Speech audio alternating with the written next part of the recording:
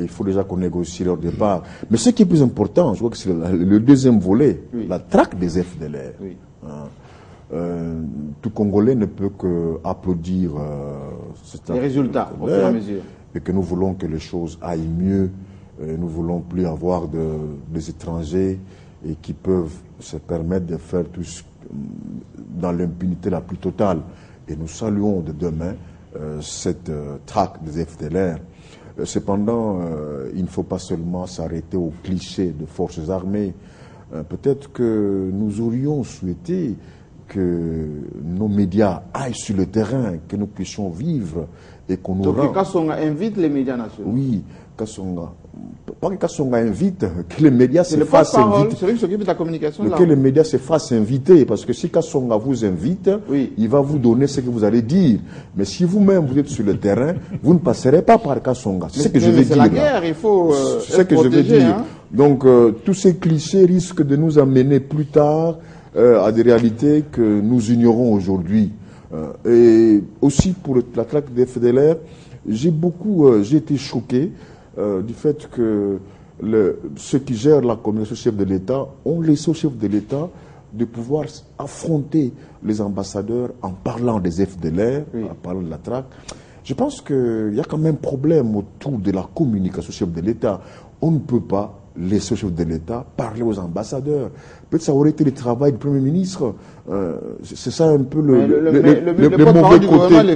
les mauvais côtés du système semi-présidentiel. Oui. C'était pas la première fois c'était au niveau du Congrès où il a parlé des injonctions. Oui. On ne peut pas, il ne faut pas permettre au chef de l'État d'affronter visiblement cette communauté internationale et qui en fait, comme vous avez dit, qui contribue à tout ça. Oui. Il peut dire ça, mais il doit faire dire ça à quelqu'un d'autre, mais pas lui à visage découvert. Dire cela. Donc là, c'est un couac. Je me demande si vraiment le chef de l'État a un service de communication, les gens qui gèrent ces discours. C'était vraiment à éviter. Nous n'avons pas à implorer qui que ce soit pour mener la guerre, pour chasser les FDLR. On l'amène seulement. Je pense qu'au-delà de ce couac, mais peut-être qu'il faut encourager le FARDC, mais aussi je vais me presser pour parler après moi. Je vous en prie. Oui. Reprenez la parole parce que si on laisse Paul, on est bien parti. Je ne savais pas que vous étiez aussi là pour gérer le temps. Allez, vous avez la parole maintenant. Elle reviendra, Paul. Elle reviendra. Je voulais oui, Ludo Balekelaï. Merci de me donner la parole. Oui. Enfin, par rapport à la question d'FDLR et la MONUSCO, je voudrais être beaucoup plus synthétique, dire que la MONUSCO était la première à dire qu'elle n'était pas disposée à accompagner les FARDC dans l'attaque contre les FDLR. Le gouvernement congolais, en toute souveraineté, a pris acte. À cause des deux généraux. Voilà, à cause des deux généraux, dont les preuves de culpabilité tardent à être apportées jusqu'à présent, ce qui aurait été beaucoup plus important. Le gouvernement congolais ayant souverainement pris acte de cette décision, je crois que la meilleure des choses pour rejoindre mon prédécesseur, le pasteur Dakessé, c'est que nous encourageons que le peuple congolais soit derrière son armée, qui traque avec succès jusqu'à ce jour les FDLR. D'après les statistiques, il y a déjà une cinquantaine de capturés et c'est que sont rendus leurs dépendants aussi. Il y a même d'autres groupes armés, même nationaux, qui ayant pressenti la puissance du feu, les FARDC qui commencent à se rendre, déjà une centaine depuis hier, ce matin, qui se sont rendus, c'est déjà une très bonne chose. Mais ce que je condamne, c'est que la communauté internationale a été partisane dans le traitement du dossier FDLR. Les FDLR qui sont arrivés ici par la volonté de la communauté internationale en 1994. C'est la communauté internationale qui a demandé qu'on ouvre un couloir pour que ces génocidaires qui étaient traqués chez eux puissent venir trouver refuge au Congo. Et le problème devait être résolu, oui, les interamoués. Le problème devait être résolu aussi bien sur le plan politique que sur d'autres plans.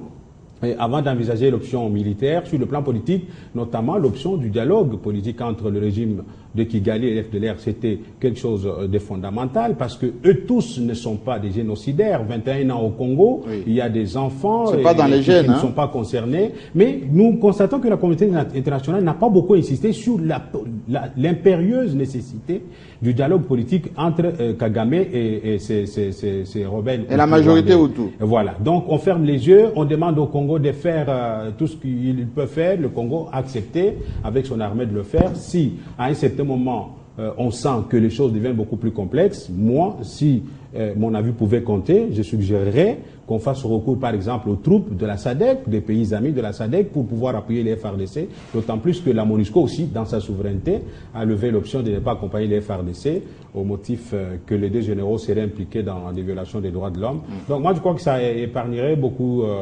de choses. Et puis ce qui est encouragé, c'est que ces attaques sont lancées simultanément, vous l'avez dit, au nord et au sud Kivu. Au sud Kivu, les choses sont allées beaucoup plus vite. Au nord Kivu, la complexité des opérations réside en ceci que ces gens qui ont vécu 21 ans au Congo se sont mariés à nos femmes, à nos sœurs et vivent avec la population. C'est ça la difficulté. Hein? Mais maintenant, il faut utiliser une approche qui pousse la population à dénoncer tout FDLR qui se sont infiltrés dans la population pour qu'ils puissent être traqués par l'armée congolaise. Donc, c'est ce que je peux dire. En ce qui concerne la MONUSCO, nous sommes contents qu'elle nous ait soutenus pendant les 2 cycles électoraux dans notre pays et qu'elle continue à faire ce qu'elle peut faire. Déjà le 15 mars, je crois que c'est la fin du mandat, à moins qu'il y ait une autre résolution du Conseil de sécurité des Nations Unies prolongeant encore le mandat. Alors, c'est ça que je peux dire en ce qui concerne cette situation. Il n'y a pas de problème. Harold Badibanga, est-ce que quand vous écoutez le porte-parole militaire de la MONUSCO dire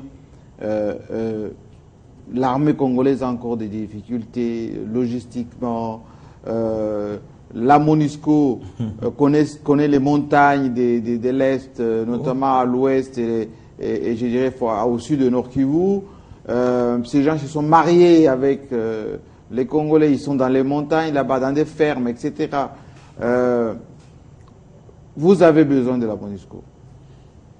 Nous avions besoin de la MONUSCO, nous n'avons plus besoin de la MONUSCO, je le dis. Qu'est-ce qui explique votre assurance maintenant? Parce que quand on parle avec les Congolais, j'écoute Paul Diakese, Balekela a dit la même chose. Ce n'est pas un excès de confiance et qu'on va peut-être vous créer une petite rébellion de plus pour prouver de quoi vous êtes capable maintenant? Le péché le plus gravissime pour un être humain, c'est de ne pas avoir confiance en lui-même. Mais nous ne parlons pas seulement sur base de la confiance, mais nous parlons sur base de la jurisprudence. C'est-à-dire? J'ai eu à le rappeler ici, le comportement de la MONUSCO, de la communauté, la nébuleuse communauté internationale par le passé, avec la défection du M23 par les FARDC, c'était que nul ne pensait que les FARDC allaient faire face au M23. Parce qu'il y avait le Rwanda derrière et l'Ouganda. C'est lorsque les positions du M23 ont commencé à tomber l'une après l'autre face au FARDC, qu'avec honte dans le ventre, que la MONUSCO et la Brigade internationale neutre se sont décidés in fine d'accompagner les forces armées de la République démocratique du Congo. Pourquoi? Pour que cette victoire-là ne leur appartienne pas seule. C'est prouvé et probable. Je sais de quoi je parle. Et la même attitude a été observée lorsqu'il s'est agi des FDLR. Je suis ahuri lorsque, heureusement que lui a recadré les choses, lorsque j'entends finalement dire que la RDC a refusé la coopération avec la MONUSCO par rapport à la traque des FDLR. Ce n'est pas le cas. La RDC n'a fait que prendre acte du refus de la MONUSCO d'accompagner les FARDC dans la traque des FDLR. Ah bon? Et ça, c'est tout ce que Paul Diakese a toujours réclamé. Daniel Safou a toujours réclamé. C'est la preuve de la souveraineté d'un pays. Il faut arriver à vous assumer et ne pas avoir la main tendue, tel que mon ami Daniel Safou l'a dénoncé tout à l'heure. Mais est-ce que ce n'est pas le devoir de la communauté internationale, par solidarité, par... Nous sommes dans ils sont venus intervenir parce qu'il y avait des problèmes de stabilité. Nous sommes dans un partenariat. Oui. Et ce partenariat exige que chacune des parties co-contractantes fasse sa part. Mais lorsque vous êtes face à un co-contractant véreux qui manipule les principes des relations internationales comme il l'entend et pour ses intérêts, et vous arrive à venir après, vous devez prendre des dispositions pour vous assumer. C'est ce que les FARDC ont fait, c'est ce que le gouvernement de la République a fait, c'est ce que le magistrat suprême, le commandant suprême des FARDC a levé comme option. Mais si nous étions au Sénégal, il y a une phrase bien connue au Sénégal, quelqu'un a été né avant la honte. C'est-à-dire quelqu'un qui n'arrive jamais à avoir la honte. La MONUSCO et la nébuleuse communauté internationale seraient mortes de la honte. Pourquoi? Dans la mesure où je me rends compte que ce que nous condamnons généralement dans le chef des politiciens congolais, le revirement à 90 degrés, on le constate a fortiori dans le chef de la communauté internationale. Comment ça? C'est-à-dire que aujourd'hui, c'est le numéro 2 de la MONUSCO qui se permet de solliciter la collaboration avec les FARDC pour traquer les FDLR, alors que le refus de cette collaboration pour traquer les FDLR n'est pas venu de la RDC, mais plutôt de la communauté internationale. Non, mais ils ont émis des réserves. Bon, d'après certaines informations, ils ont dit nous avons planifié ensemble les opérations jusqu'à la dernière minute, 48 heures avant, vous changez les commandants. Jean-Marie, ce sont des dilatoires. Quelle est cette armée au monde qui n'a pas la prérogative, le pouvoir de prendre des dispositions compte tenu de ce qu'elle connaît en termes de l'ennemi, en termes du territoire, en termes des troupes?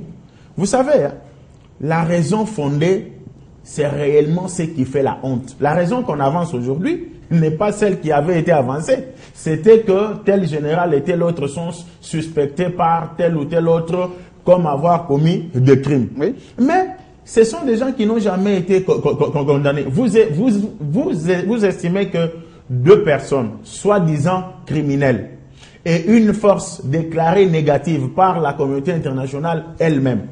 Pour traquer cette force négative, il faut créer des dilatoires. Et c'est que le numéro 2 de la MONUSCO a fait, c'est de la folie. Il estime qu'il connaît l'Est de la RDC que les FARDC. Il estime, même moi qui ne suis pas militaire, il ne connaît pas mieux l'Est. Ça fait quand même 10 ans qu'ils sont. Ça ne veut rien dire. Ça ne veut rien dire. Il ne Et connaît puis pas. ils ont les moyens techniques, logistiques, beaucoup plus élaborés. Vous voulez me dire que les moyens techniques, la logistique, ils ont des hélicoptères. Ils nous ont permis. Donc, quand nous avons nos blessés, on va les évacuer comment? Non, mais attendez. Nous sommes dans le principe de l'adaptabilité. Ils n'ont qu'à partir et le reste, nous allons nous assumer. Nous avons des médecins au Congo. C'est pas le gouvernement de la République qui manque de l'argent pour acheter des produits pharmaceutiques pour faire face à cette réalité. C'est contre quoi moi je m'insurge. C'est l'intimidation, c'est le chantage. Vous êtes dans un partenariat, venez en respectant les principes et surtout la souveraineté d'un État, quoique nous soyons dans les principes de relations internationales où la souveraineté d'un État est quand même diminuée quelque part par rapport au contrat. Mais lorsque vous estimez que vous pouvez vous décider in tutu personae sans vous référer à celui qui a la souveraineté, je crois que si le gouvernement de mon pays avait cédé à ce chantage de la communauté internationale, mon ami Daniel Safou aurait eu beaucoup à dire.